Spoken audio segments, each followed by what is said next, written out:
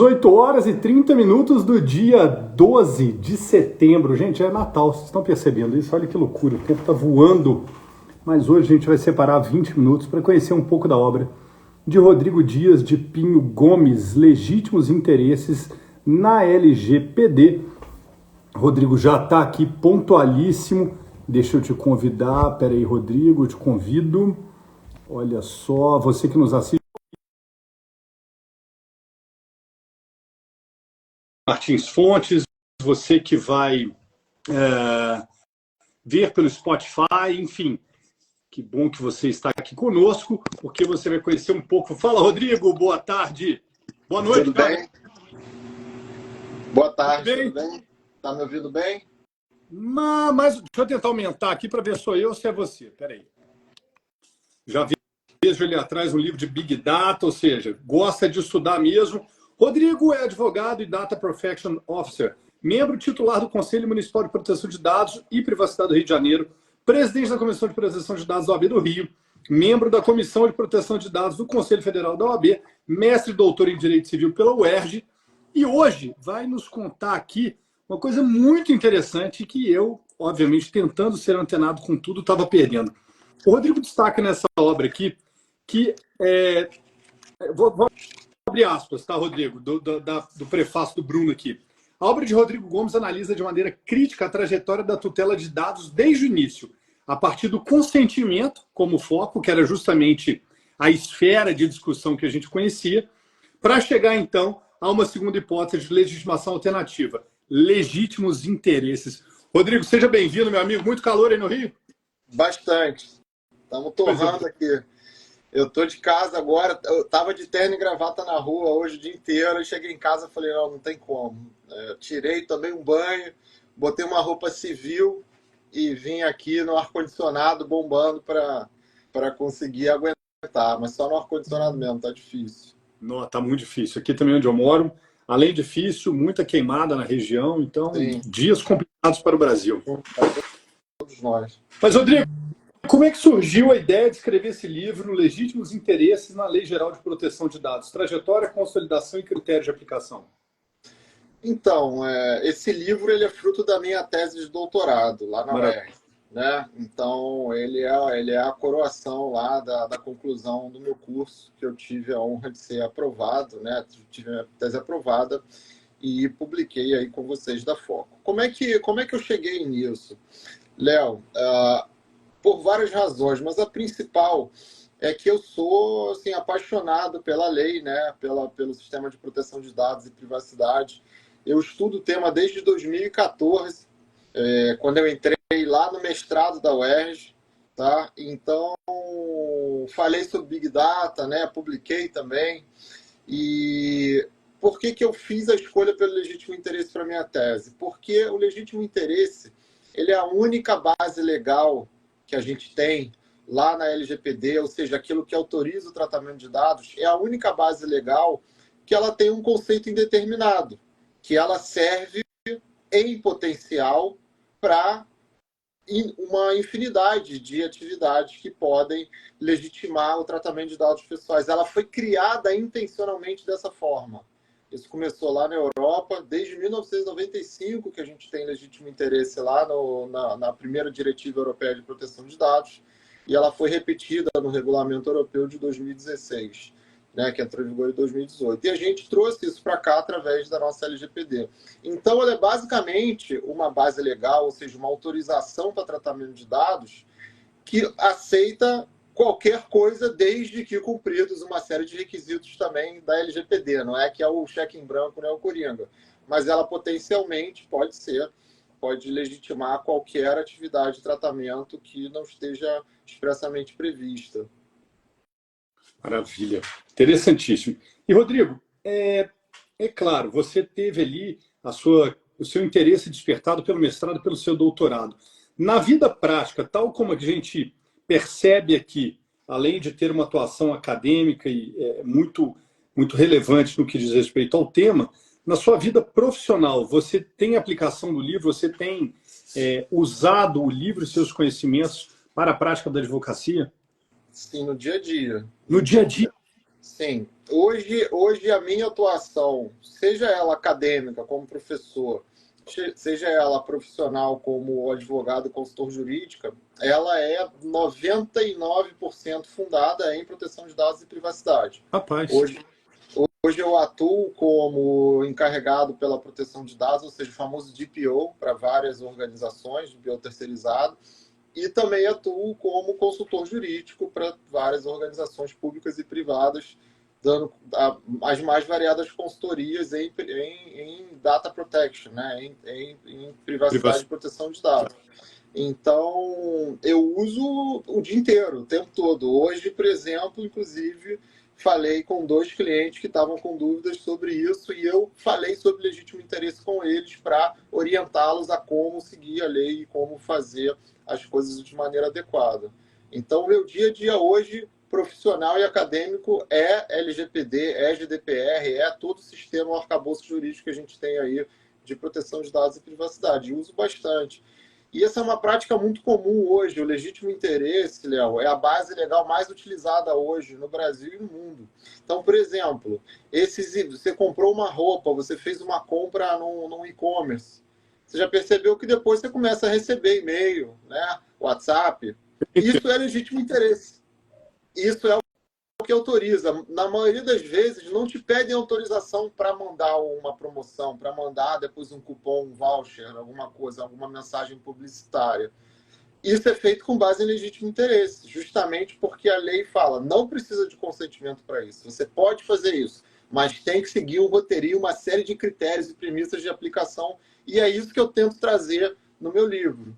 Eu tento trazer premissas práticas para que, né, os agentes de tratamento possam fazer isso seguindo um roteiro escrito pela lei e também com toda a questão doutrinária, analisando jurisprudência, analisando precedentes e tudo mais. Rodrigo, é muito engraçado, né? Porque existe uma síndrome do pós-formado, né? Aquele advogado que ele se acha ali já detentor de todo o conhecimento jurídico, o arcabouço jurídico é ele, né?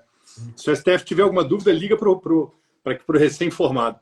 E aí eu vejo, eventualmente, né, chega um e-mail na FOC falando assim, eu quero os meus direitos porque eu nunca autorizei o envio de um e-mail marketing falando de uma obra da editora.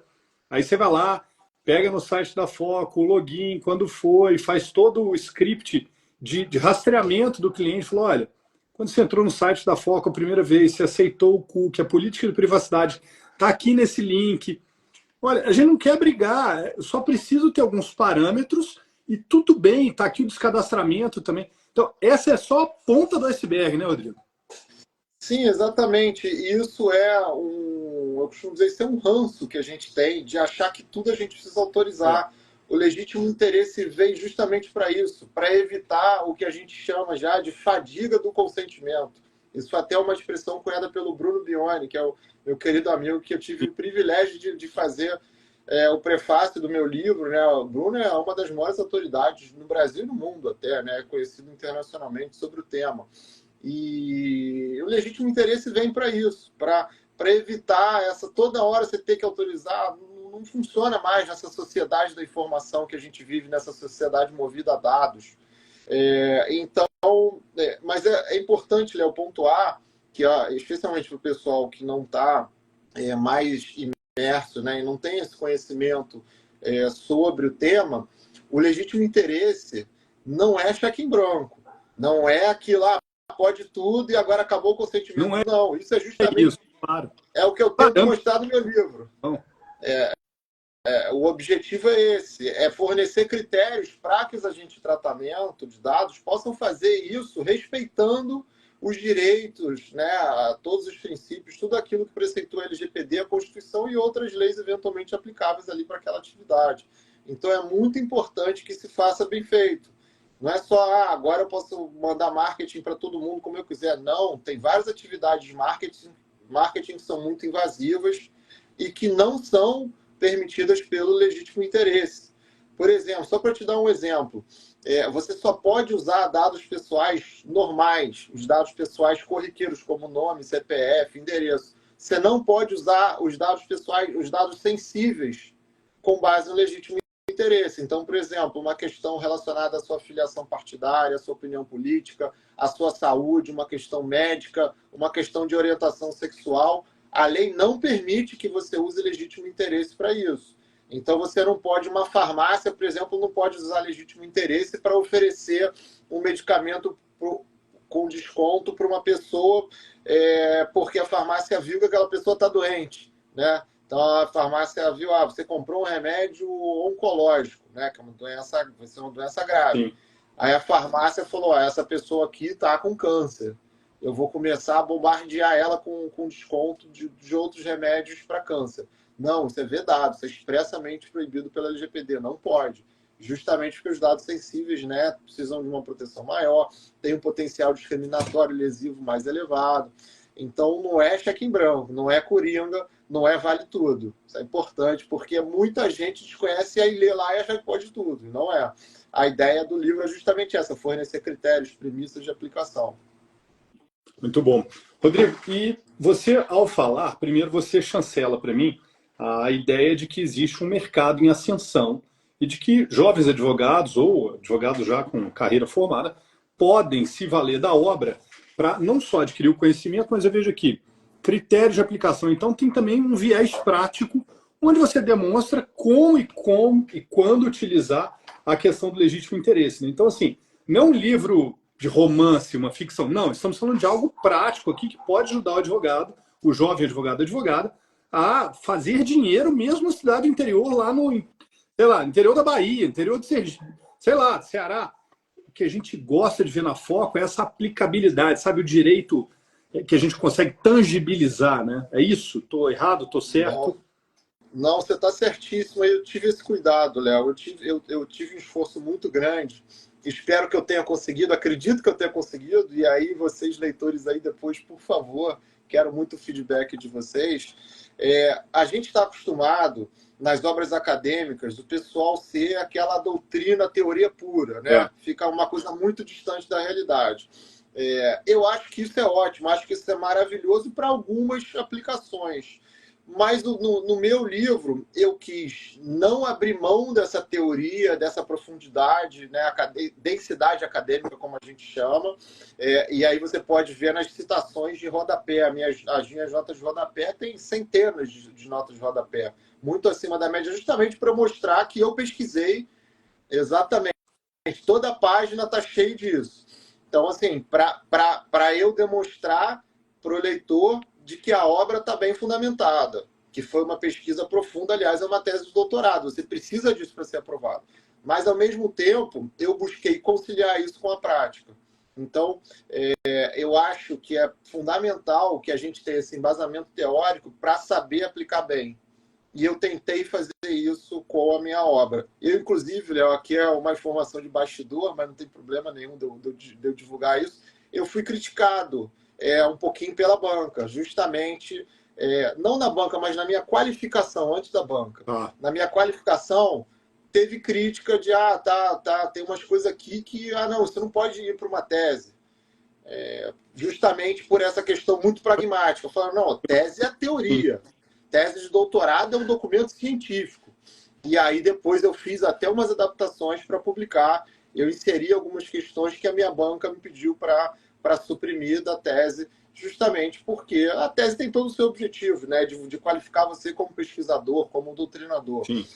Então, eu tive esse cuidado desde o início, fiz alterações, evidentemente, para cumprir os requisitos, para ter a minha aprovação dentro dos critérios, e fui muito bem avaliado e aprovado, mas depois eu peguei todo esse material e fiz os contornos e as adições e algumas pequenas alterações para que ele se tornasse o mais prático possível, para que tivesse essa pegada, como você falou, para o advogado do Brasil inteiro e hoje do mundo inteiro, porque especialmente na área de proteção de dados e privacidade, Léo, tem muita gente prestando serviço de Portugal, de outros países. Você faz o seu trabalho absolutamente remoto. E eu faço isso muito. Eu tenho um cliente, Léo, que eu nunca os conheci. Pessoalmente, né? Nunca tive presencialmente. Conhecia no máximo num Zoom, num vídeo, mas não estou presencialmente. Isso na pandemia foi foi potencializado ao máximo, né? Eu tenho muitos clientes que chegaram por mim através das aulas, das redes sociais, através da minha rede de contatos também. Fiz e faço trabalhos e a gente não se conhece pessoalmente.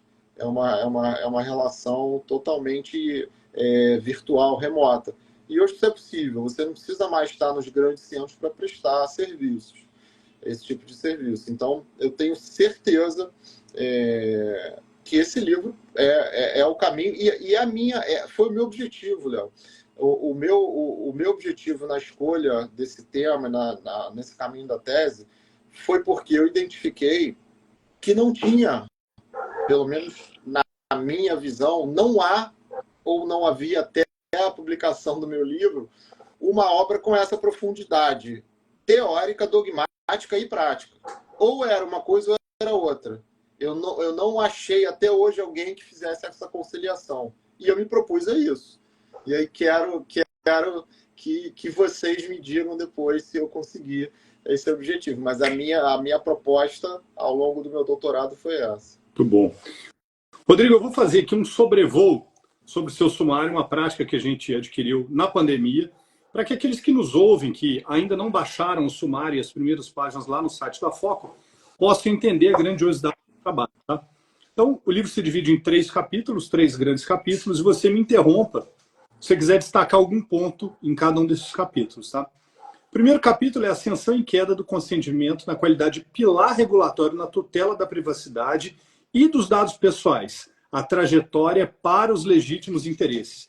A gente está falando que consentimento ficou no passado? Não, né? O legítimo interesse suprime ou sim? Não, sim. Rodrigo deu uma travada, peraí. Voltou. Entrou uma ligação aqui, perdão. Sem problema. Sim e não, Léo. Por que eu fiz esse primeiro capítulo? A gente identificou que existe um obstáculo argumentativo para eu começar numa tese de doutorado a falar de legítimo interesse. Por quê? O legítimo interesse ele surge a partir da exaustão do consentimento. Lembra que eu te falei no início da nossa conversa que ninguém aguenta mais? Autoriza, clica aqui, faz isso, faz aquilo, aquelas telas, aquela coisa toda hora, todo momento. Então, dessa exaustão do consentimento, começa a surgir esse movimento de criação de uma base legal que você não precisa do consentimento, mas que, ao mesmo tempo, você vai ter uma série de ônus e critérios adicionais para que você tenha que cumprir. Entende? Então, a gente não pode falar de legítimo interesse numa obra dessa profundidade, que é uma tese de doutorado, sem falar de consentimento, porque a origem do legítimo interesse está no consentimento, está na exaustão, está nessa desqualificação do consentimento que perdeu e aí vou usar o linguajar técnico aqui do Rio, né? Perdeu a moral. Consentimento era a chave mestra, virou patinho feio. Essa é a verdade de hoje. Tá? Então, por isso que eu faço essa construção no primeiro capítulo, porque eu preciso abrir essa introdução para falar sobre esse tema. Então, assim, isso quer dizer que o consentimento sumiu, não existe mais? Não. Mas eu posso te afirmar que o consentimento hoje é uma base residual. Não é a principal. Já foi a principal, hoje ela é residual.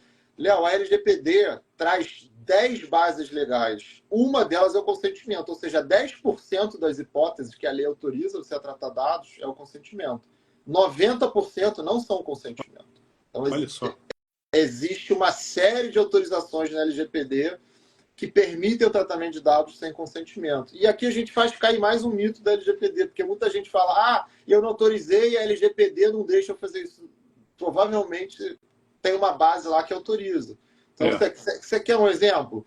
Você, quando tem lá a sua empresa, a sua organização, você tem funcionários, né? Você tem pessoas que trabalham para você. Você não vai ter que fazer cadastro no e-social, você não vai ter que fazer transferência bancária para o Pix da pessoa, para pagar o salário, não vai ter controle de ponto através de um aplicativo ou através de alguma maquininha lá que a pessoa vai botar só digitar alguma coisa nesse sentido. Sim. Você pede autorização da pessoa, do seu funcionário, para cadastrar no social. Você pede autorização do funcionário para transferir o dinheiro via Pix. Você faz isso cumprindo obrigações legais. Isso está na LGPD. cumprimento de obrigação legal é uma hipótese que autoriza o tratamento de dados. Não precisa de consentimento. Então, a maioria, o nosso dia a dia hoje, você não precisa de consentimento. E aí também dá um exemplo mais mundano aqui. Você comprou lá na Amazon, né, um livro. Você comprou no site da Foco. Vamos ser melhor, né? Comprei lá o livro do Rodrigo no site da Foco. A Foco pede autorização da pessoa para despachar o livro para o endereço? Não, a pessoa informou o endereço dela, você não pediu o consentimento. Resumindo, eu preciso compartilhar esse dado com a operadora logística. Exatamente. Isso é para cumprimento de um dever contratual, qual seja, de entregar o livro que você comprou, você até pagou pelo frete. Então, isso está previsto na LGPD. A mesma coisa que você falou, a pessoa está reclamando que não autorizei. Ela não precisa autorizar para receber depois um e-mail da Foco. Isso é legítimo interesse. A pessoa já comprou um livro, já tem uma relação contratual com você. Ou seja, você tem o legítimo interesse de tentar vender mais livro para essa pessoa. Isso está lícito, isso está autorizado expressamente pela LGPD. E é claro também a questão do descadastro lá, né? Se o site fosse aqueles nebulosos, putz, não consigo me descadastrar. Você permite que a pessoa manifeste o seu desinteresse em receber. Aí sim você vai lá e fala, tá bom. E você insistir, beleza, estamos aí infringindo um desejo. Exatamente. O capítulo 2 traz o conceito, a trajetória histórica e tutela jurídica dos interesses legítimos como requisito para o tratamento de dados pessoais. E o capítulo 3 entra em interesses legítimos da LGPD, requisitos, critérios interpretativos e procedimentos de aplicação. Certo isso? Certíssimo. No segundo capítulo, eu tentei fazer quase um trabalho de arqueologia.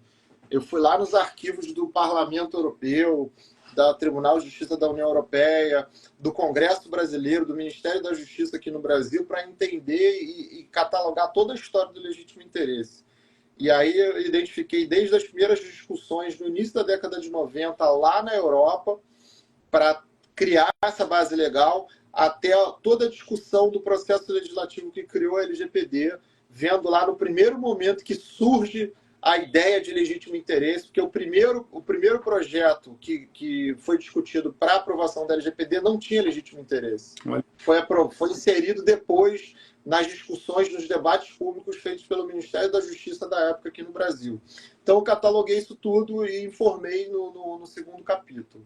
Né? E aí eu abro o terreno para já, com toda essa história da exaustão do consentimento, da história, surgimento do legítimo interesse, eu pego e fecho tudo no terceiro capítulo, onde eu vou lá no que nos mais interessa, que é o que é esse troço e o que eu preciso fazer para aplicar esse troço de maneira correta, de acordo com a lei brasileira.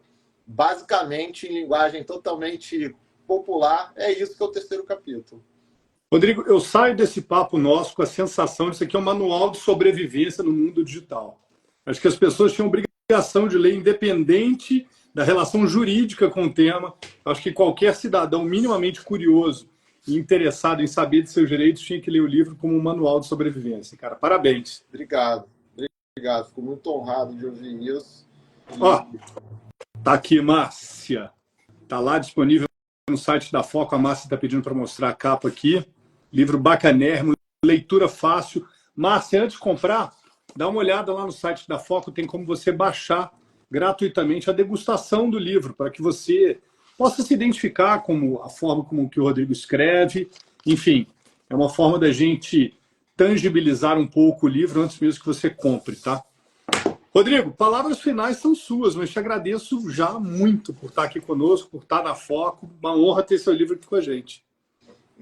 Eu que agradeço, Léo. Fico muito feliz em ver assim, esse esforço tão grande, né, que o pessoal que já estuda sabe de como a gente precisa renunciar, né, à vida pessoal e profissional para cursar um doutorado, para escrever um livro, né? Sim. Então, esse livro é fruto de muito suor, de muita renúncia, acordando 5 da manhã para conseguir escrever, para ter tranquilidade, para ter silêncio, né, para ter aquela calmaria para escrever. Passei pelo Covid aí nesse período, já que eu entrei no doutorado em 2019. Nossa. Então veio o Covid no meio. Mas, enfim, não tem sensação melhor do que essa no final, de você terminar, de ser aprovado lá pela banca, extremamente rigorosa, numa das universidades mais respeitadas do país. A minha banca teve a professora Ana Frazão, a professora Caitlin Mulholland, o professor Daniel Bucar, o professor Rodrigo da Guia. Foi só monstro, só pedrada.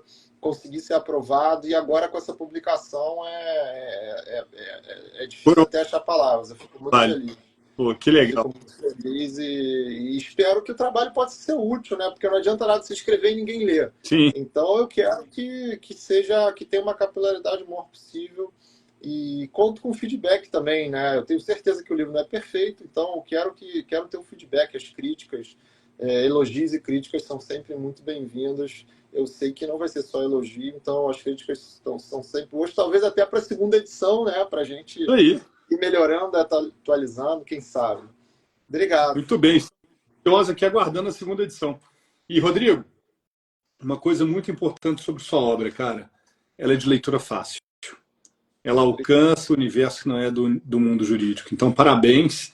Parabéns pela banca, só falou craque aí mesmo.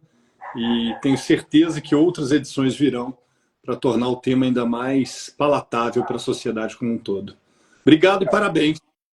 Estamos aguardando o lançamento no Rio, hein? Vai ser em outubro. Ainda estou fechando os detalhes finais, ainda não posso divulgar a data, mas será amplamente divulgado, e conto com vocês para divulgação também. Maravilha. Registrar também a querida autora, a presença da Chiara aqui junto com a gente. Obrigado, Chiara. Chiara também tem temas maravilhosos, alguns deles aqui pela Foca, e a gente se orgulha muito também desse seleto grupo de autores, principalmente que vem aí do Rio de Janeiro com essa pegada. Obrigado, pessoal. A todos, fiquem com Deus, com saúde, e até o próximo encontro. Valeu! Tchau. Valeu.